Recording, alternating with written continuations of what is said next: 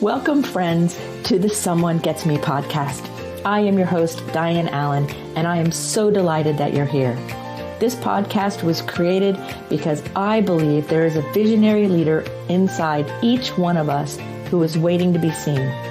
In each episode of Someone Gets Me, you will hear useful tips from successful visionaries who will share their stories about how being seen has allowed them to take their vision out into the world with action. 3 ways to beat approval addiction. Hi, everybody, and welcome to Someone Gets Me. I am here to talk to you about something that I see and hear and have experienced myself, and that is approval addiction. Approval addiction comes in so many different forms, so I'm going to cover parts of it and some stories about it, and you can see how it applies to you. And if it applies to somebody you know, maybe share it with them and they can have some information about ways to beat it, ways to get on the other side of being enslaved by the need to be approved. Approval addiction is when we filter from the outside and script and act and think and be in a way that we think the others outside of us are going to be okay with, approve of. That creates a lot of inner discord, a lot of disharmony.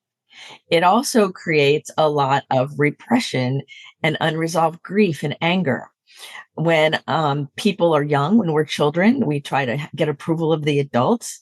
And if the adults are maybe toxic or they're difficult or they're angry, knowingly or unknowingly, the child begins to kind of manipulate or manage the way they come into the world in order to be okay, perceived as okay. Well, that doesn't work as we get older and older and older, because we are meant to come into the world as we mature and age and be who we're meant to be. Let our inner mission, our inner light shine. So what I notice is that we go from being dependent as children, dependent on the outside world for our survival, and people jump right to independence, and then they stop there. Independence is when, we're teenagers and we know everything there is to know about everything all the time, and nobody can tell us anything. Well, there's a step after that independence. And this is where most people are missing the point. It's called interdependence. So healthy, emotionally stable, inner locus of control, hopeful adults, we operate from interdependence, which means knowing what we have to offer, not offering it too quickly, and also being able to receive, where the art of reciprocity reigns supreme. That's interdependence, both with nature, with other people, with other beings. That's a healthy adult.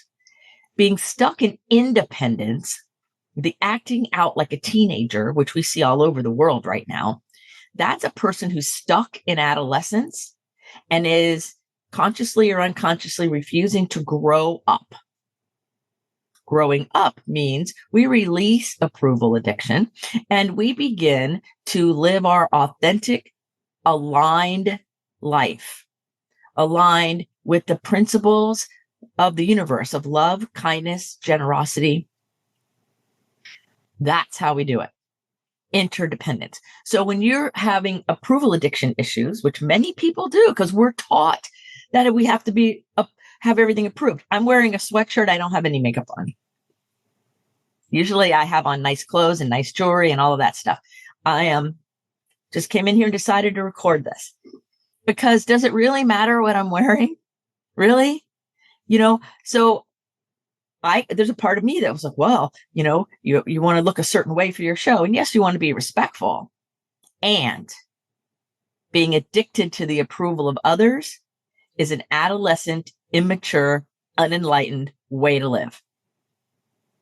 And so I want to talk about ways to beat that, because a lot of people are stuck in it and a lot of people are unknowingly in that mess, because not everybody is going to understand you. I used to think that everybody was like me and they just were being either lazy or hiding it or something like that. Like everybody was like me. And then I remember, I think I was in my mid-20s when I woke up and went, wait a second. Nobody is like anybody, but our brain tells us we're all supposed to be alike. What a mess, right? Because it's not true. And I realized studying neuroscience that our brain is always telling stories and filling in the holes. So when we're younger, or even as an adult, if something comes into our world that we don't understand or can't make sense of, our brain will tell a story about it, even if it's not true, in order to fill in the holes. Then, if we repeat that story over and over, we believe it to be true. It's called plausible truth, even if it's not true. So there was a research study done a long time ago where, they told all these adults that their mom told them that they didn't like peach yogurt. I think that's what it was, peach yogurt.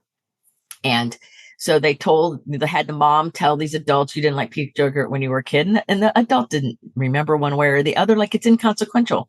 But the authority figure told them that. So then months later, when the subjects were re-interviewed, they were saying how they didn't like peach yogurt when they were a child, when it was a made up story by the mom much later, but they told it to themselves over and over enough where they believed it.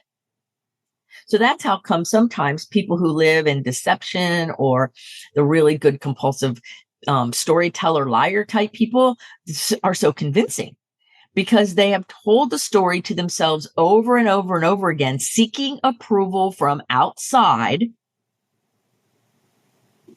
And now they believe it. So what they've essentially done is turned themselves into a slave of whatever the popular opinion is. We see it a lot in people of notoriety, in politics and fame of different kinds in sports, where they're chasing the notoriety of the others to the exclusion of their own soul, their own inner aligned guidance. And it creates anger. It creates lies and deception and all kinds of crazy behavior. It creates complicated grief. It creates actually disconnection. So approval addiction comes in so many forms. It also comes in the form of what the people in the recovery world call codependency, meaning I'm not going to be okay if you're not okay. And you'll hear it from a lot of mothers, because mothers are trained that way. I'm not okay unless my kids are okay, or my husband's okay, or my family's okay. Well, that's not true. Your okayness comes from inside you. Yes, it affects you, what happens with other people, of course. But your okayness has nothing to do with the other. And we're trained opposite of that. We're trained in an unhealthy manner because we can be controlled that way. So when we allow ourselves to be addicted to approval of whoever it is outside of us, we become their slave. So there's more kinds of slavery than you hear talked about in popular culture right now. And emotional slavery and mental slavery are wicked, and they're deep, and they're difficult, because a lot of people want to say it's noble to be the martyr. It's noble to do everything for everyone else and I come last. And no, it's not. When you're on an airplane, they say put the oxygen mask on yourself first. You can't help anyone else till you've helped yourself. There's truth in that. So what are we doing, right? Are we staying stuck in this addiction to being approved? Now, my definition of the word addiction is you can't get enough of what you don't want. So somebody who's addicted to substances or approval or fear or anger or grief or a certain pattern of behavior, it means that it's not serving them. And they know on some level it's not serving them. However, they're unable to get out of it. They can't get enough of that thing that hurts them. So many of the clients I have, or even friends that are stuck in this approval addiction cycle, they don't want to be there, but they don't know any different. Because we're also live in a culture that says, figure it out on your own. You're smart. Figure it out on your own. Well, I'm here to tell you loud and clear that you can't solve a problem with the same thinking that created it. That's Albert Einstein. And as pack animals, we require input. We're the only animals that don't have a whole lot of instinct, that need to be taught everything. So if you were never taught how to have an internal locus of control that serves your life, You need to find a teacher to teach you how to do that. You're not going to be able to learn it from your own inner world because it's not there. It is in it's in the common consciousness, but we need to learn it and we need to be taught it. It's not natural all the time. So like I had to learn internal locus of control versus external locus of control. I had to learn it. And so I teach it. How do you tell the difference? And what do you do? I had to learn how to beat being addicted to what everyone else thought and live by my own principles. I had to learn how to do that because I was also raised in this society that told us to please everyone and look like the perfect person. Like I was raised to be the oldest kid, the daughter who always looked perfect, who got good grades, who did this, who did that. And I was also an athlete. I raced sailboats and do all these things. And you had to go to college and you had to go to a good college, thus the University of Florida. And you have to keep going. And I have more degrees after this one because that's what good little girls do. That's what good people do. Well, sometimes as we get older, like in my case, I didn't follow all those rules I was taught. It caused a lot of pain at first because I didn't know what was happening. But now it makes a whole lot more sense. So I realize that when we're addicted to the approval of the others, whatever it is, then we are oftentimes disconnecting ourselves or shoving down our own calling, our own inner gift that we bring to the world. So every one of us, in my belief, has a gift that we're here to bring to the world, whatever it is, whether it's a smile or kindness or generosity or a big invention or cool research findings or beautiful music or dance, right? It could be any of those things. We all have something, and some of us have multiple things to bring to the world, right? So if we shove that stuff in the basement or we deny our own essence, then to me, that's like a kind of death, right? So when we turn over the power of our own sense of well-being to others based on approval, we are really in effect putting ourselves in prison. We are creating the jail that we're in, and it's no one else's fault. It's ours. We bought the information that we were sold when we were little. Now we're adults and we can learn better. And as adults, we can teach our younger people better that being approved of by others isn't the be all end all. So I want you to ask yourself, how much time and energy do you spend pleasing other people? Like how much time really do you spend pleasing other people? That means putting them first in your thinking, right? Doing things only for them. It means making sure that they're happy, right? So people pleasing and pleasing others is very, very different than saying, I really love and care about you and I really want to freely offer this thing to you, cook you this meal or do this nice thing for you or hug you, right? There's a difference. People pleasing, which is approval addiction, comes from a fear-based energetic motive. It's not necessarily feeling fear, but there's fear in there. And the fear is I'm not going to get what I want or I'm going to lose what I have. So I'm going to please you so I can get my needs met. Now that's the unconscious part. And until we make it real and get honest with ourselves, we think we're doing something noble, but we're not when we're doing it from a people-pleasing motive. A noble purpose would be, I love you enough and I love me enough to be in this space of generosity and love with you, whatever that looks like. Much different than I'm going to do this to make you happy. Now, it could be the same behavior.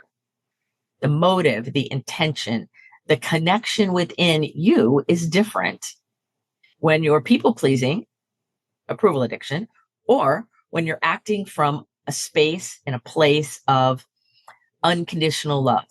So it's not about giving love or receiving love. It is about being love. It's not about giving it or receiving it, though there is reciprocity in the human sense, but the true inner part comes from being that love and then deciding how to share and receive. Again, going within, spirituality, connecting to who you are, your essence, and then choosing the binding. Going in and connecting to your own inherent love energy, and then choose how you express it, not the other way around.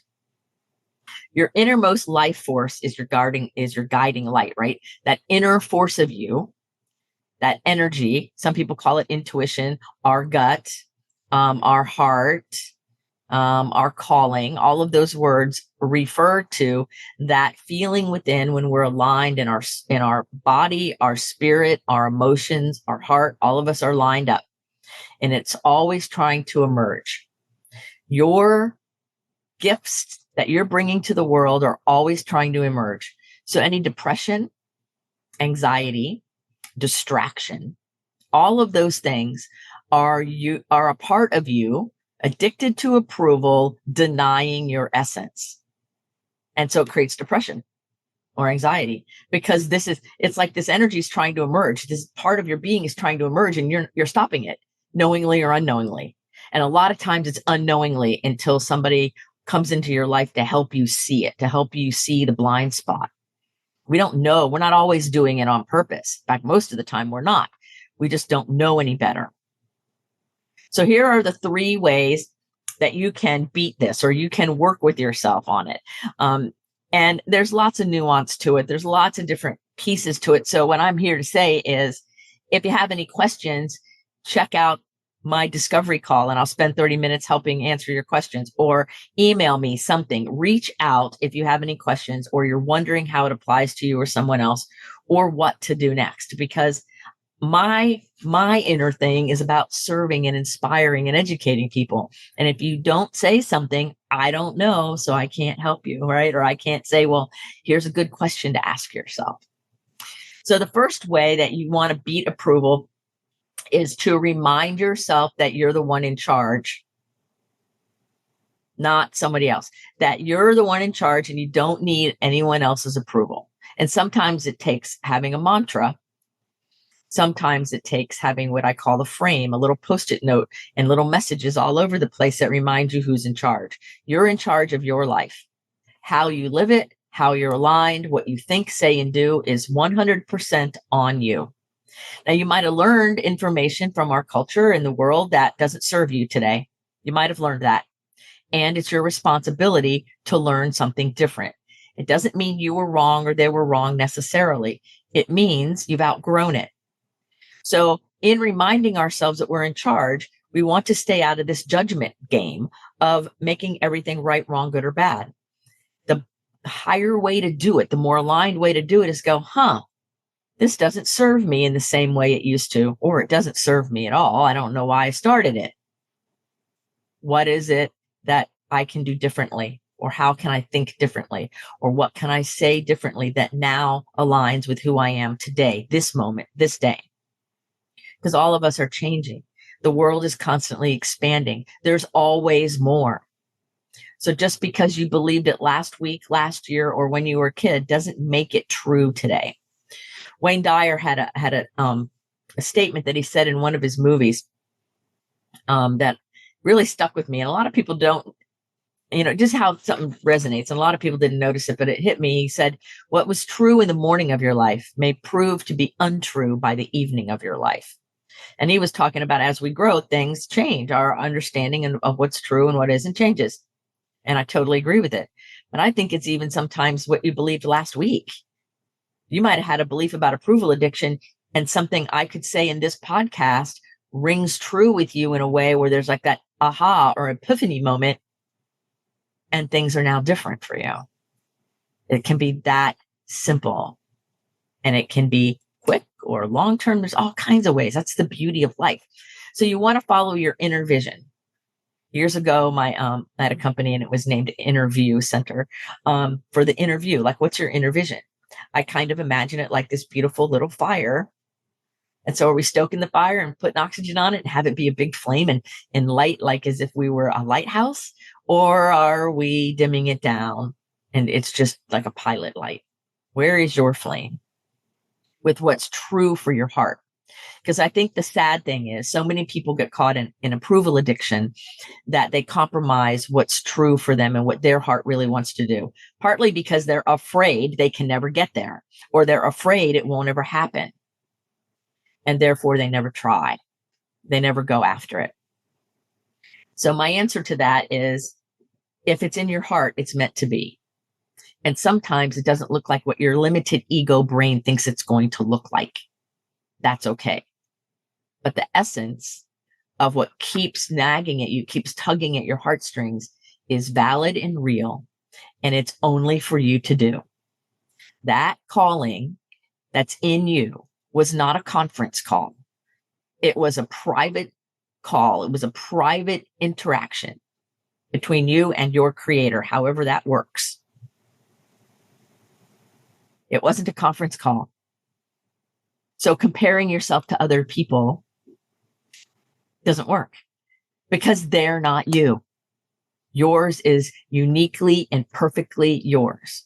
Might have some of the same themes, might look a little bit. That's why when people copy others, it's a nice compliment and it works on some levels, but it doesn't answer the heart. And it's that heart that matters. So the second way to beat approval addiction is to be open and receptive to counsel, and then to think and speak and act in alignment in your truth, capital T truth, right? Your alignment. So when you're screaming and yelling and you're giving everybody outside of you control over your well-being, that's not truth and that's not alignment. That's called projection of anger and fear. I'm scared to death. I'm a scared little child and I'm screaming and yelling and acting up and attacking other people because I don't know how to be me. That's what that is. So we want to be open and receptive to counsel, which means other people who have gone before us, who know the way, not just anybody, but who's gone before you that knows the way. And then watch your thoughts, watch what you say, watch how you act. Be discerning. But we want to be open and receptive. Like I have people in my life that I listen very carefully to what they say and what they're talking about. And then I give myself the permission, because they've proven to be safe, to be vulnerable with them and say, well, this is what I'm really thinking, or this is what my heart's really saying. And then we have a dialogue about it. Now, these people in my life don't tell me if I'm right or wrong, and I'm not seeking their approval. What I'm doing is connecting with another of like mind, and the exchange, the reciprocity of the listening and the sharing enlivens and supports both people. It's an exchange. It's kindness. It's vulnerability. That's where the power is. So sometimes we have to check and make sure somebody's safe, right? And have history before we go really deep. But we can talk about some other things and we can allow that exchange to happen. We can be open and receptive. I notice that when people in my trusted circle, my mentors, say something to me that's a little bit it stings a little, like, oh, I don't know if I want to hear that. I know that when that little feeling, that little happens. Oh, or sometimes it's really big and I stamp my princess foot. No, that can't be it. I know over time, here's what happens. That level of my resistance shows where my ego, that's not my amigo, is blocking this flame from rising higher. I know that now. Now, that's not any comment everyone says. I'm saying it's when I'm having those safe conversations with somebody that I trust and that I know, and that there's that exchange, that reciprocity, that when it hits really hard, I look at it deeper. And so that's part of my work, because I'm very intuitive and I can help people see into those blind spots, those parts of them that are probably running under the radar, that are in their way, but they don't even know it's in their way, but I can see it's in their way. So part of my genius is to ask really great questions so that that person can grab their own flashlight and shine it in that dark spot to be able to see it for themselves. I might open the door, and if somebody's really struggling and I'll say, do you really want to hear what I'm seeing? And if they say yes, then I say it to them in a kind, compassionate, loving manner. Because I have some people who I know who have a lot of intuition like me, and they can be very mean and very rude. It's the truth. That's the way it is. Well, there's such a thing as human compassion. There is such a thing as honor and respect and reverence. And every person in my presence, I hold reverence for because they chose me to share it with. And there's no higher honor.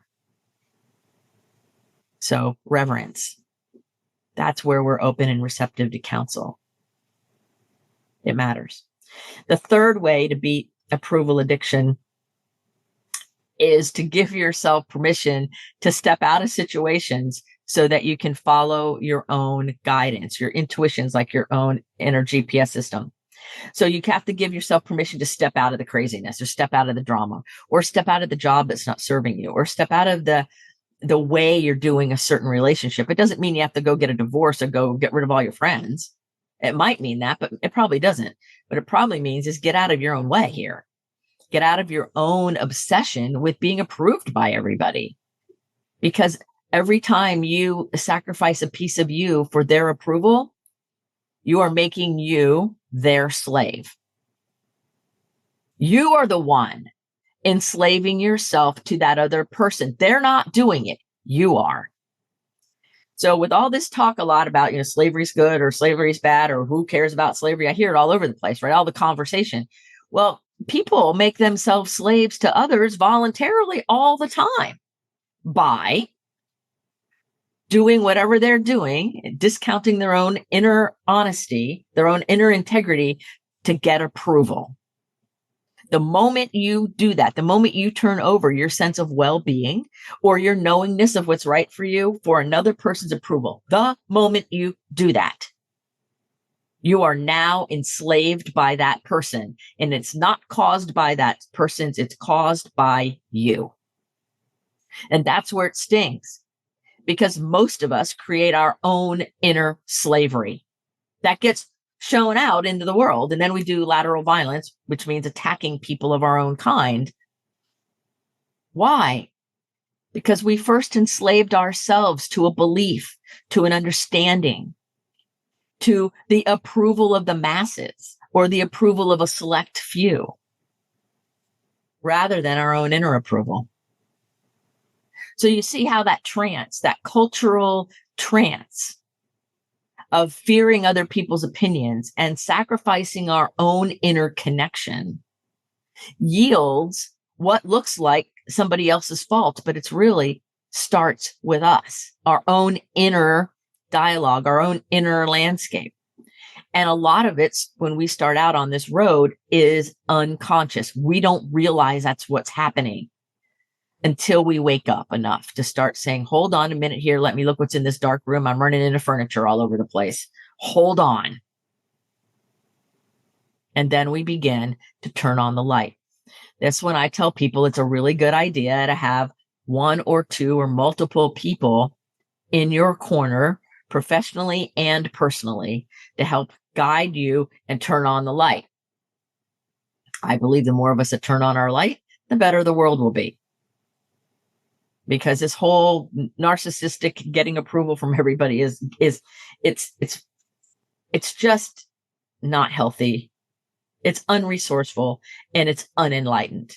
And then there's the people who say they're enlightened when really they're still looking for approval. So they just twisted the jar. They didn't really get out of the jar. So the 3 ways are to remind yourself that you don't need approval from others and follow your own inner guidance. That takes a lot of guts. And then we have to be willing to say, and part of that is saying no, right? We have to be open and receptive to counsel and allow someone to walk our road with us. You cannot figure it out by yourself. You cannot do it alone. The message we've had that we have to do it all alone is a lie. And sometimes facing the cultural lies that we have believed is where our greatest work is. Because we wake up one day and go, oh my God, I've believed that lie for 50 years. I believed it for 20 years. I believed it for 50, 100 years. I believed it for a year. Getting honest, it's hard sometimes. Because then the next thing our ego says is, oh, you wasted all that time. You're not good enough or whatever, and tries to stop us.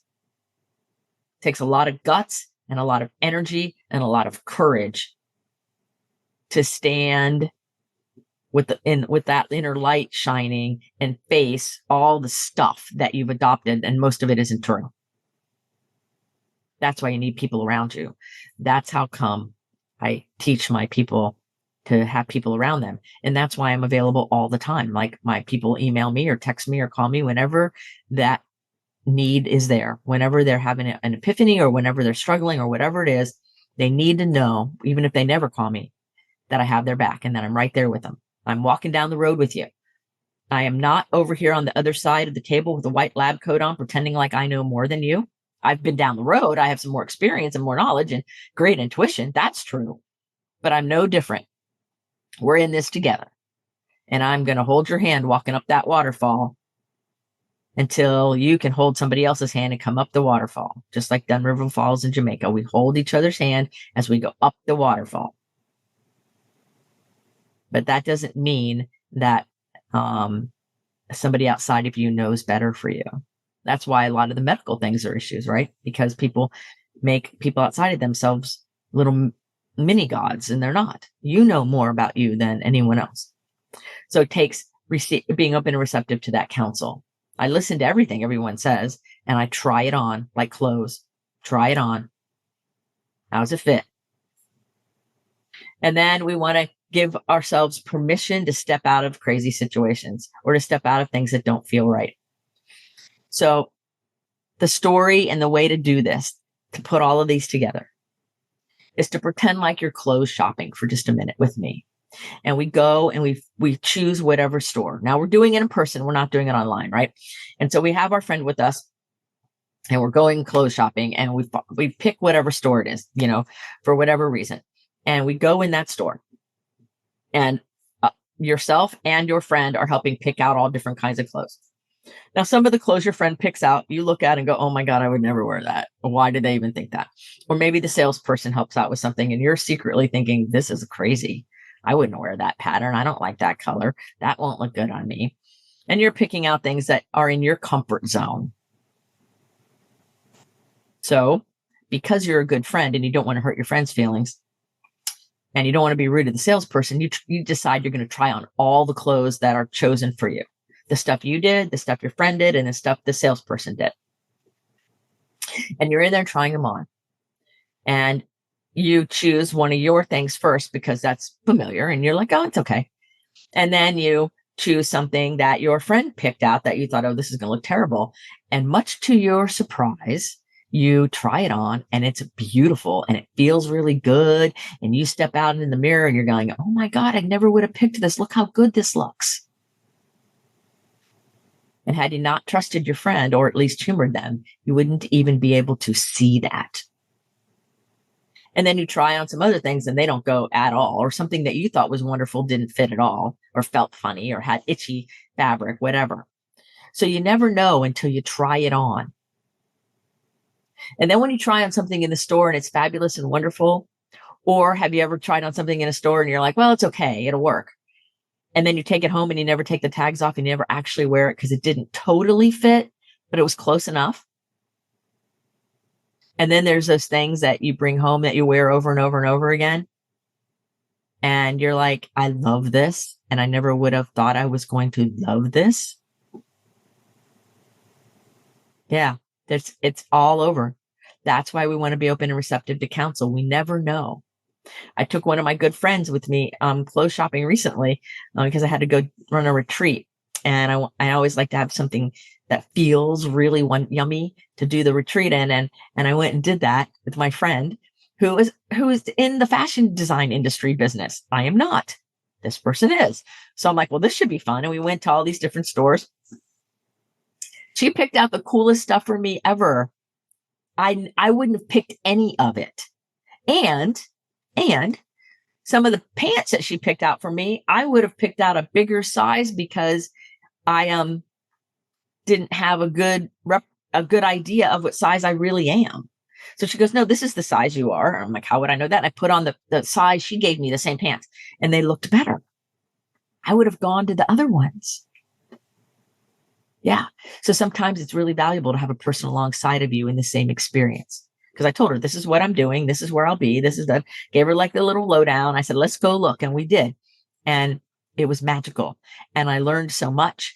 And I got to have an experience clothes shopping I don't usually get because I'm petite and it's hard to buy things for short people. So, and she's tall. So she got to practice that translation. And I got to experience a different view. So that's what I mean by being open and receptive to counsel, trying on things, making yourself aware that just because you think it's true doesn't make it so. Helping yourself see that seeking the approval of everyone outside of you to the exclusion of your own inner integrity is unenlightened and leads to all kinds of mental health problems and issues. We are taught in this society to abandon our own integrity and to be angry and divisive with anything that pricks the scab of our own trauma, actually, is how it works. But no, the other people don't get to run the show, but you have to live in your integrity. You can't act out in the independent teenage area. That means growing into interdependence. All those people you're pushing away, they might have served a purpose in your life. All the people you're afraid to go near or talk to, they serve a purpose. It might be to teach you distance and boundaries. But we as a people really need to come out of this approval addiction gig and move into healthy, integrated interdependence. And I invite you to challenge yourself each day to really coming forward in your own level of interdependence, growing every day toward that. Anything short of interdependence and emotional and spiritual and mental and physical integrity, that alignment of integrity, anything short of that gives somebody else power that you don't need to turn it over because you're the one creating the slavery, not them. When you focus on your fingers pointing at them, you are creating the slavery, not the other person. So with that being said, feel free to contact me if there's ever any questions or you would like to talk about it further. You can get my email is in the show notes, my website's in the show notes, and I'm all over social media. So feel free to watch all my videos, do whatever you want to in order to keep growing, in order to be that person that lives your authentic, true vision without being a slave. Until the next episode of Someone Gets Me, remember that you're a rock star. You're here on purpose with a purpose. Many purposes, right? And you, my friend, are beautiful, you are lovable, and you are very capable.